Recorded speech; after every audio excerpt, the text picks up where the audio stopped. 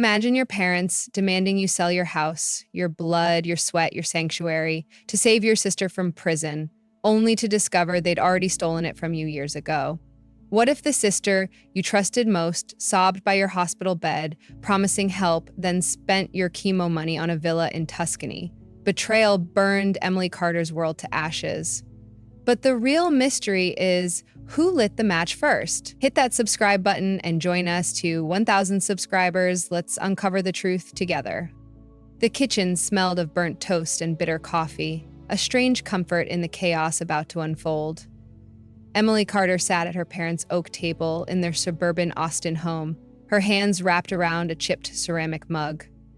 The Texas sun streamed through the window, glinting off the countertops, but it couldn't warm the icy dread creeping up her spine. Across from her, Margaret, her mother, paced like a caged animal, her voice rising to a shrill pitch that made the air tremble. "You have to sell your house, Emily. Sarah needs that money or she's going to prison." Emily's grip tightened, her knuckles whitening against the mug's faded blue glaze. She stared at her mother, a wiry woman with graying hair pulled into a tight bun, her eyes wild with desperation. Before Emily could respond, her father, Thomas, leaned forward from his seat at the table's head, his voice low and cold as steel. "She owes $1.2 million, Em. That bastard David pinned it all on her. Every crooked real estate deal he cooked up, if we don't pay it off, she's looking at 10 years behind bars. She won't survive that." "You want your sister to die in there?" The words hit like a sledgehammer. Emily's hands shook and the mug slipped from her grasp, crashing to the tile floor. Shards scattered, coffee pooling like dark blood across the cream-colored surface. She barely noticed the mess, her breath catching as she stood, chair scraping loudly. "That house is 15 years of my life," she shouted, her voice cracking with fury. "I clawed my way out of nothing, worked 60-hour weeks, lived in a shoebox apartment, poured my soul into it. Why should I burn it all down for her?" Margaret stopped pacing, spinning to face her daughter with a look of wounded disbelief. "For her? Emily, this is family. Sarah's drowning. She's got no one else. David left her with nothing but debt and a target on her back. You'd let her rot in a cell because of some house?" Her hands flew to her chest, clutching her blouse like she could squeeze the guilt into Emily's heart. Thomas slammed a fist on the table, rattling the salt shaker. "Enough with the dramatics, both of you. That house isn't worth more than your sister's life. You've always been the strong one, Em. You can rebuild. Sarah can't. She's fragile. You know that." His gray eyes bored into her, unyielding. The same eyes that once told her she'd figure it out when she'd begged for help 5 years ago. 5 years ago. The memory flashed unbidden. Hospital rooms, the sting of chemo, the terror of breast cancer eating at her body. She'd been 30 then, newly diagnosed, selling her beat-up Toyota and maxing out credit cards to cover treatments. She'd called her parents, voice trembling, asking for a loan, just enough to keep her afloat. Margaret had sighed over the phone.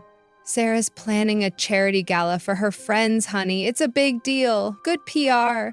We can't spare anything right now," Thomas had added. "You're tough, Em. You'll manage." And she had. Alone. Now they sat here, demanding she sacrifice again. Emily's chest tightened, a bitter laugh escaping her lips. "Tough, huh? I've fought to survive once already. Cancer, no help from you, no nothing. Why am I always the one who has to bleed?" She pointed at the spilled coffee, her hand trembling. "That's what you're asking me to do? Spill everything I've built? Watch it shatter just because Sarah couldn't keep her hands clean?" Margaret's face crumpled, tears welling up. "She doesn't mean for this. David tricked her. Forged her name on those deals. She's a victim, Emily. How can you be so heartless?" "Heartless?" Emily's voice rose, sharp as a blade. "Heartless is watching your daughter waste away in a hospital bed and sending her nothing but excuses. Heartless is expecting me to fix your golden child's mess when I've spent my whole life cleaning up after her. She stepped back, kicking a shard of the mug across the floor. It skittered under the fridge, lost in the shadows. Just like she felt for years. Thomas rubbed his temples, his voice dropping to a dangerous calm. You don't get it, do you? This isn't about the past, it's about now. Sarah's facing a decade in a cell, concrete walls, no sunlight, no hope. You've got a house, a business. You'll bounce back. She won't. We're not asking, Emily. We're telling you. Sell it, or you're signing her death warrant. The room fell silent, save for the hum of the fridge and Margaret's ragged breathing. Emily stared at them, her parents transformed into strangers by their own words. That house wasn't just brick and mortar. It was her fortress, her proof she could stand on her own when no one else would. She'd painted every wall, refinished the hardwood floors herself, turned it into a home after years of clawing her way up from nothing. And Sarah had spent the last decade sipping champagne at galas, jetting off to Europe with David, a real estate shark who'd built an empire on lies. Now that empire had crumbled, and somehow, Emily was the one holding the ashes. She took a shaky breath, meeting her father's gaze. And if I say no? If I keep what's mine? What I earned? Margaret gasped, clutching Thomas's arm. You'd let her go to prison? Your own sister? What kind of monster? Monster? Emily cut her off, her voice steady now, steel forging in the heat of her anger. Maybe I'm tired of being the martyr. Maybe it's time Sarah faces what she's done, whatever that is, because I'm starting to wonder if she's as innocent as you say. She turned, grabbing her purse from the counter, her heart pounding like a war drum. I need to think. Don't call me until I call you. As she stormed toward the door, Thomas's voice followed her, low and menacing. You walk out now, Emily. You're choosing a house over family. Think hard about what that makes you. She paused, hand on the knob, but didn't look back. Maybe it makes me free, she whispered, stepping into the humid Texas air. The door slammed behind her, a gunshot in the stillness, and the fight was only beginning. Emily's pickup truck rumbled down I-35, the Austin skyline shrinking in her rearview mirror as she fled her parents' house. The radio crackled with some country song about heartbreak, but she barely heard it over the storm in her head. Her hands gripped the wheel, still trembling from the fight, her mother's shrill demands echoing like a siren. Sell the house, or Sarah's done for. She pulled into a gas station parking lot, cutting the engine, and sat there, staring at the neon lights flickering against the dusk. How had it come to this? She leaned back, closing her eyes, and let the memories flood in, sharp and jagged like broken glass. 15 years ago, Emily had been a nobody with a dream. Fresh out of community college, she'd scraped together every dime to open Ember Glow, a tiny gift shop in downtown Austin. She'd worked 60-hour weeks, hunched over a sewing machine, making handmade trinkets, sleeping on a futon in a 400-square-foot apartment with peeling paint and a leaky faucet. No vacations, no fancy clothes, just grit and a vision. 5 years in, she'd saved enough to buy her house, a modest 2-bedroom on the east side with a porch she'd painted sage green herself. It wasn't much, but it was hers, her fortress, her proof she didn't need anyone. Then there was Sarah, her older sister by 3 years, always the golden child, the delicate flower in their family's warped garden. Where Emily was calluses and determination, Sarah was silk and charm.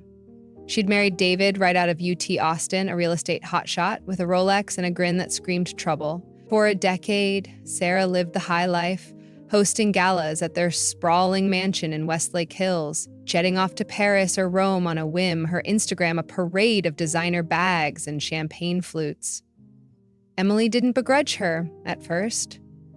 She'd even smiled at Sarah's visits to Ember Glow, her sister sweeping in with her country club friends to coo over the cute little shop without ever buying a damn thing. But 5 years ago, everything changed. Emily still remembered the day the doctor's call came. Breast cancer, stage 1. She'd sat on her porch, phone pressed to her ear, numb as the words sank in. Chemo loomed like a guillotine, and her savings wouldn't cut it.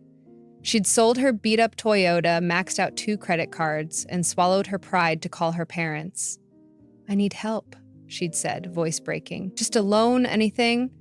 Margaret's response had been a sigh. "Sarah's throwing a charity gala for her friends, sweetie. It's a big deal. We can't spare much now." Thomas had chimed in. "You're tough, Em. You'll figure it out." So she had, alone, night after night. She'd dragged herself home from treatments, vomiting into a bucket beside her bed, while Sarah posted photos from a vineyard in Tuscany. Now Sarah was the one drowning. Emily opened her eyes, the gas station's fluorescent glow harsh against the twilight. Her parents said David had tricked Sarah, forged her name on shady deals, $1.2 million in debt, pinned on her when he bailed for his mistress. 10 years in prison if they didn't pay it off. Emily wanted to believe it, wanted to see Sarah as the victim. But something gnawed at her, a flicker of doubt.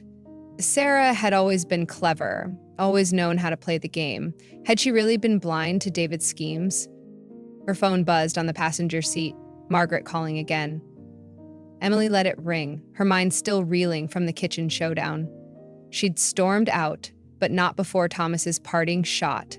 "Sell it, or you're signing her death warrant." She'd meant to drive home, lock the door, and think. Instead, she was here, stuck in limbo, when Margaret's voice broke through the voicemail speaker. "Emily, pick up. There's something you need to know. About the house." Her stomach dropped. She grabbed the phone, hitting play, and her mother's words spilled out, frantic and clipped. "We didn't want to tell you like this, but 2 years ago, Sarah was in a bind. Another one of David's messes. We had to help her. We mortgaged your house to cover it. If you don't sell it now, the bank's coming for it anyway. You'll lose everything too. Please, call us back." The phone slipped from her hand, clattering to the floorboard. Mortgaged her house? Her house? The air in the truck turned suffocating, her chest heaving as the truth sank in. She stumbled out, leaning against the hood, the metal cold under her palms. 2 years ago. She'd still been recovering, still weak from chemo, trusting her parents with her life, and they'd taken her home, her sanctuary, and gambled it on Sarah without a word. She whispered into the empty lot, "You stole my soul without even asking me?" Her mind raced, piecing it together.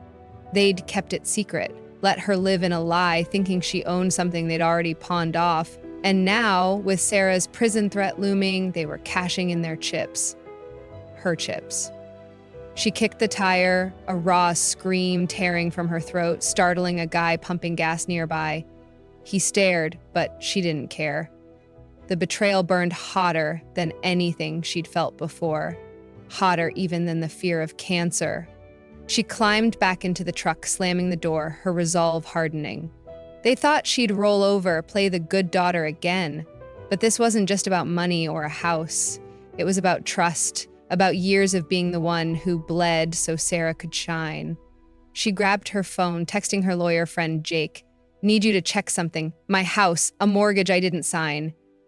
Then she hit call on Margaret's number, her voice ice when her mother picked up. "You mortgaged my house? How dare you?" Margaret stammered. "We had no choice. Sarah was—" "Stop!" Emily snapped. "I'm done listening. You don't get to decide my life anymore." She hung up, the silence deafening, and stared out at the darkening sky. This wasn't over, not by a long shot. If Sarah wasn't as innocent as they claimed, if there was more to this mortgage mess, she'd find out. And when she did, they'd all feel the heat. Emily's boots crunched on the gravel outside Jake's law office, a squat brick building tucked off South Congress Avenue. The Austin night was thick with humidity, cicadas buzzing in the trees, but her mind was elsewhere, still spinning from her mother's voicemail. "We mortgaged your house." The words gnawed at her, a betrayal she couldn't shake. She'd barely slept, driving home from the gas station in a daze, replaying every moment she'd trusted her family. Now, standing under the flickering porch light, she needed answers. Real ones, not her parents' half-truths. Jake met her at the door, his lanky frame slouched in a faded Longhorns t-shirt, glasses slipping down his nose.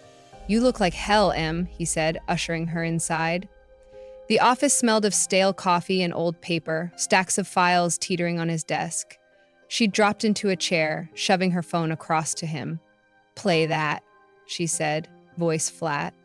He listened to Margaret's frantic message, his brow furrowing deeper with every word. When it ended, he whistled low. "They mortgaged your house without telling you? That's messed up."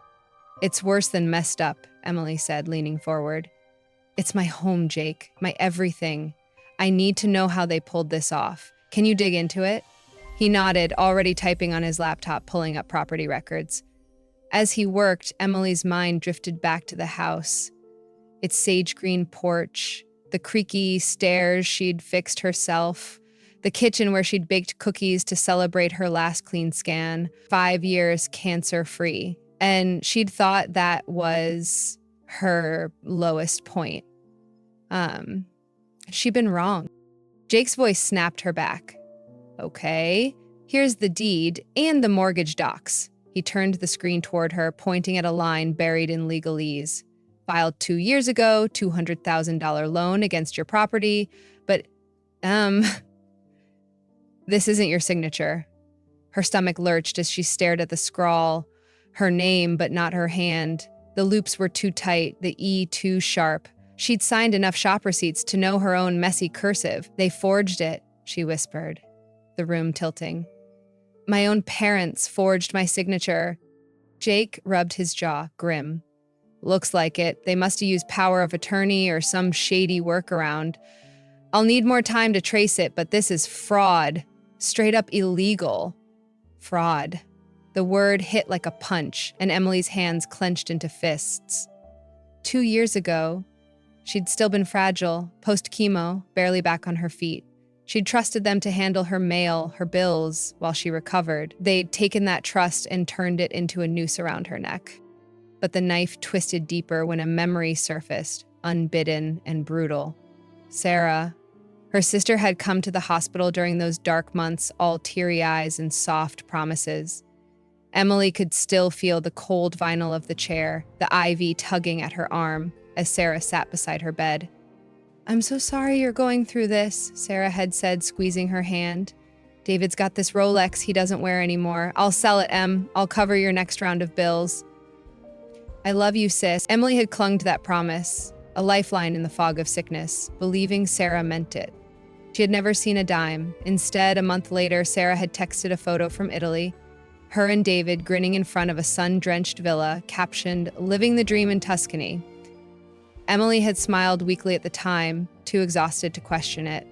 Now, staring at Jake's screen, the pieces slammed together. "Wait," she said, her voice trembling. 2 years ago, that's when Sarah bought that villa. I thought it was David's money, but..." She grabbed her phone, scrolling through old texts, her breath hitching as she found it. The photo, time-stamped right after that hospital visit. Jake's eyes widened. "You think she used your money? From the mortgage?" "Not just the mortgage," Emily said, tears burning her eyes. "She promised to help me, promised to sell that damn watch. I held her hand, Jake, told her I loved her too, while she was planning to stab me in the back." The tears spilled over, hot and angry, and she swiped them away, her voice breaking. "She took my hope, my life, and turned it into a vacation home." Jake leaned back, stunned. "Jesus, Em. I don't even have words." He tapped the screen. "If we can prove this, it's not just fraud, it's theft, maybe worse. But it's your family. What do you want to do?" That was the question, clawing at her. She stood, pacing the cramped office, her boots thudding against the worn carpet. Selling the house would save Sarah from prison, pay off the $1.2 million David had pinned on her. It'd keep the forgery quiet, let her parents off the hook. But it meant losing everything. Her home, her dignity, her last shred of trust. Or she could fight, expose them, drag it all into the light, even if it torched her family to the ground. Even if the bank took the house anyway. Her phone buzzed again. Thomas this time. She answered, her voice ice. "What?" Emily, come home, he said, gruff but strained. We need to talk. Sarah's a wreck. She's begging us to fix this. We didn't mean for it to go this far. Didn't mean it, she snapped. You forged my name, Dad. Sarah stole from me while I was dying in a hospital bed. How far was it supposed to go? A long pause, then Margaret's voice cut in, shrill and tearful. She didn't steal. She was desperate. David forced her into those deals. She's innocent, Emily. Please, you're the only one who can save her now. Innocent? Emily laughed, a hollow, bitter sound. I'm done swallowing your lies. You want to talk? Fine, but it's not going to be pretty. She hung up, her hands shaking as she turned to Jake. Dig deeper, find everything, every paper, every penny. They think I'll cave. They're wrong. She stormed out, the night air hitting her like a slap. But her tears were gone now. Sarah's betrayal wasn't just a knife. It was a match, lighting a fire Emily hadn't known she had. Whatever came next, she wouldn't be the one burning alone. Emily stood on her parents' doorstep, the Austin evening thick with the scent of jasmine and impending rain. Her black dress clung to her frame, simple but sharp, paired with a string of pearls her grandma had left her. Not the gaudy diamonds Sarah favored. In her bag, her tablet buzzed with the weight of truth. Forged mortgage papers, Sarah's recorded confession, and a fire she'd been stoking since Jake's office.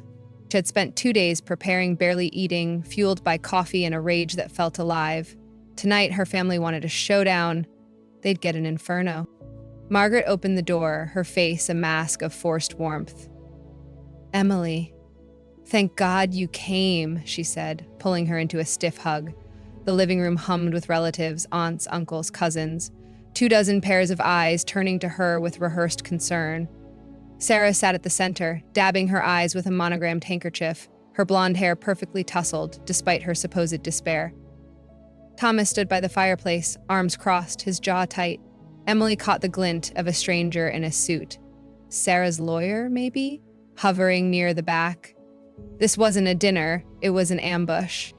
Sit, honey, Margaret urged, gesturing to a chair beside Sarah. Emily ignored it, standing tall near the TV, her tablet in hand. Thomas cleared his throat, his voice booming over the murmurs. We're here to talk as a family. Emily, your behavior lately, running off, threatening us, it's tearing us apart. We need to fix this. Fix this? Emily's laugh was sharp, cutting through the room. You don't fix a house you've already burned down, Dad. She plugged her tablet into the TV, the screen flickering to life as relatives shifted uncomfortably. Margaret's eyes widened, but before she could speak, Emily hit play. Sarah's voice spilled from the speakers, shaky and raw, a recording Jake had pulled from an old voicemail. I messed up. I helped David move some money around. I didn't know he'd leave me holding the bag. Please save me. I can't go to jail. The room froze, a collective gasp sucking the air out. Sarah leapt up, her chair clattering. That's not... Where did you get that? She stammered, her face paling. Emily swiped to the next file, projecting the forged mortgage docs. And this, she said, voice steady as steel, is my signature. Except I never signed it. 2 years ago, while I was puking my guts out from chemo, you and Mom and Dad took my house and pawned it to cover Sarah's mess. Look at it. Look at what you did. Aunt Clara clutched her pearls, whispering to Uncle Mike. Cousin Ben stared at Sarah, his brow furrowed. The lawyer type scribbled furiously on a notepad. Margaret lunged forward, hands trembling. Emily, stop this. You're twisting everything. We were protecting Sarah. Protecting her? Emily's voice rose, cracking with fury. You stole my home, and Sarah...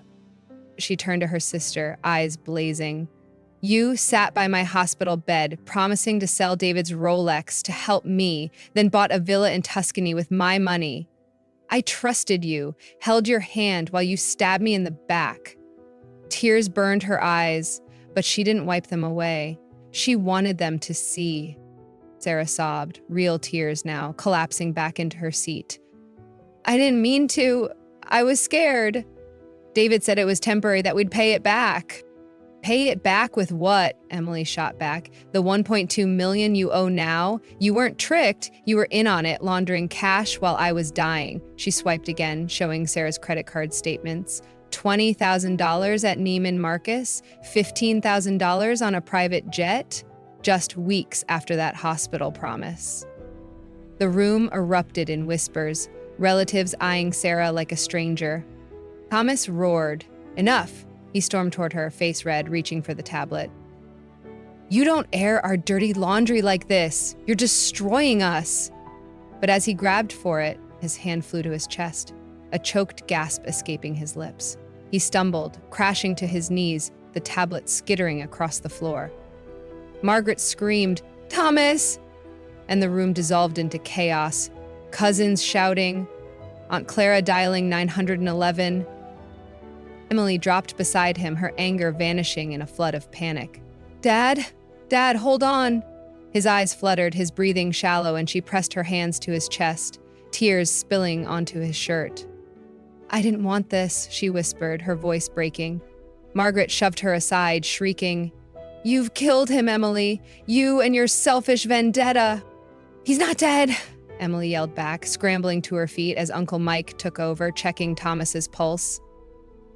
Sirens wailed in the distance, cutting through the madness. She grabbed her tablet, her hands shaking, and faced the room. You did this. You built this lie, and it's crashing down. I'm done letting it bury me. Sarah reached for her, sobbing, Em, please. But Emily shook her off, her voice cold. Don't. You don't get to beg me anymore. She turned to the door, relatives parting like a sea, their faces a mix of shock and judgment. The lawyer bolted out ahead of her, phone to his ear. Damage control, no doubt. As she stepped onto the porch, rain pelting the roof, Margaret's wail followed her. You're no daughter of mine. Emily paused, the words a dagger, but she didn't turn back. Maybe I never was, she said to the night, her breath hitching. The ambulance screeched into the driveway, red lights flashing across her face as she walked to her truck. Thomas might live, might not. She didn't know. What she did know was the fire she'd lit tonight wouldn't be extinguished easily. Her family wanted her to burn for them. Instead, she'd set their world ablaze. Emily drove away from her parents' house, rain hammering her truck's windshield, the ambulance lights fading in her rearview mirror. Her hands trembled on the wheel, Thomas's collapse replaying in her mind. His gasp, the way he'd crumpled like a broken puppet. She'd wanted them to face the truth. Not this. The Austin streets blurred past, neon signs smearing into streaks of color, and she pulled into her driveway. Her house, for now, collapsing against the steering wheel. Her tears came then, hot and silent, soaking into the worn leather. She'd torched her family, and the ashes were heavier than she'd imagined. The next week was a fog of fallout. Thomas survived, barely. A heart attack, the doctors said, triggered by stress. He'd been in the hospital for months, maybe longer, his retirement plans shattered. Margaret called once, her voice a venomous hiss. You did this to him, Emily. Don't ever come back. Emily didn't argue, she just hung up, blocking the number. The bank moved faster than she'd expected, seizing her house within days. The forged mortgage had spiraled out of control, and with no way to pay it off, she stood on her sage green porch one last time, watching movers haul out her life, her furniture, her memories, into a cold, gray dawn. Sarah's fate sealed the wreckage. The recording Emily played at the dinner hit the courts like a bombshell. Sarah pleaded guilty to money laundering, 5 years in a federal prison upstate, no chance of parole.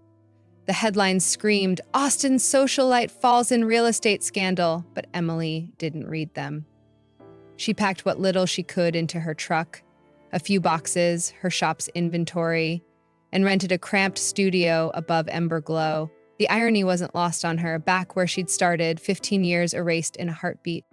But Emily didn't break. She couldn't, not again. She cashed out her savings, every penny she'd squirreled away, and opened Phoenix Gifts in a strip mall off Lamar Boulevard. Smaller than Emberglow, just a corner storefront with peeling paint, but it was hers.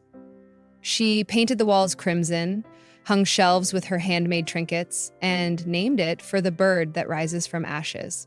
Customers trickled in, locals mostly, drawn by word of mouth. And she threw herself into the work, stitching and sanding until her hands bled. It wasn't the house, but it was a spark, a flicker of something new. 3 months later, a letter arrived, prison stationery. Sarah's looping handwriting on the envelope. Emily almost threw it out, her fingers hovering over the trash, but curiosity won. She sat at her tiny kitchen table, the paper crinkling as she unfolded it. It began, "You were right. I never grew up. I let David pull me in, told myself it was fine because I was scared, but the worst was betraying you. I sat in that hospital, promising you the world, and I took it for myself instead. I'm so sorry, sorrier than you'll ever know." Emily's throat tightened, tears blurring the ink. Sarah ended with, "I don't expect forgiveness. I just needed you to know." She didn't write back, not then. But the letter stayed on her table, a quiet ghost. Days later, a familiar face walked into Phoenix Gifts. Mrs. Lopez, a regular from her old shop. She carried a small box, her eyes soft. "Emily, this is for you," she said, pressing it into her hands. Inside was a silver necklace, the word hope etched in delicate script. "You gave my daughter gifts when she was dying, little things to make her smile. You gave me going through that. Don't give up now." Emily clutched the necklace, tears spilling as she hugged the woman. "I lost everything," she whispered, "but maybe I found something too." Years passed, 3 to be exact. Phoenix Gifts grew, its crimson walls a beacon for Austin's dreamers. Emily saved every dime, her hands calloused but steady, and when the bank auctioned her old house, she bid on it, won it back with cash she'd earned herself. She didn't move in. Instead, she turned it into Phoenix Haven, a support center for women escaping toxic families. Free workshops, a safe space, a place to rebuild. She stood on that sage green porch again, not as a homeowner, but as a survivor, the necklace glinting at her throat. One day, a package arrived. No return address, just a small canvas wrapped in brown paper. She opened it in her shop, her breath catching, a painting of a phoenix, crude but vivid, rising from orange flames. A note fell out, Sarah's writing again. "Got out last month, working at a shelter now, trying to be better. Thanks for not abandoning me. M." Emily traced the brushstrokes, a sob breaking free. Sarah had served her time, found a path. Maybe not redemption, but something close. That night, Emily spoke at a Phoenix Haven event, the room packed with women clutching coffee cups, their eyes bright with hope. She held up the necklace, her voice steady. "I thought family was everything, blood, loyalty, sacrifice. But I learned it's not. Family is the people who lift you up, not the ones who demand you burn for them. I lost my house, my parents, my sister. For a while, I lost me. I didn't forgive them to fix us. I forgave to free myself." She smiled through tears, the crowd erupting in applause. As she locked up, the painting caught her eye. She wouldn't call Sarah, wouldn't bridge that gap, not yet, maybe not ever. But she hung it behind the counter, a quiet nod to the ashes they'd both risen from. Her house wasn't hers anymore. It belonged to the women who needed it. And that, she realized, was home enough.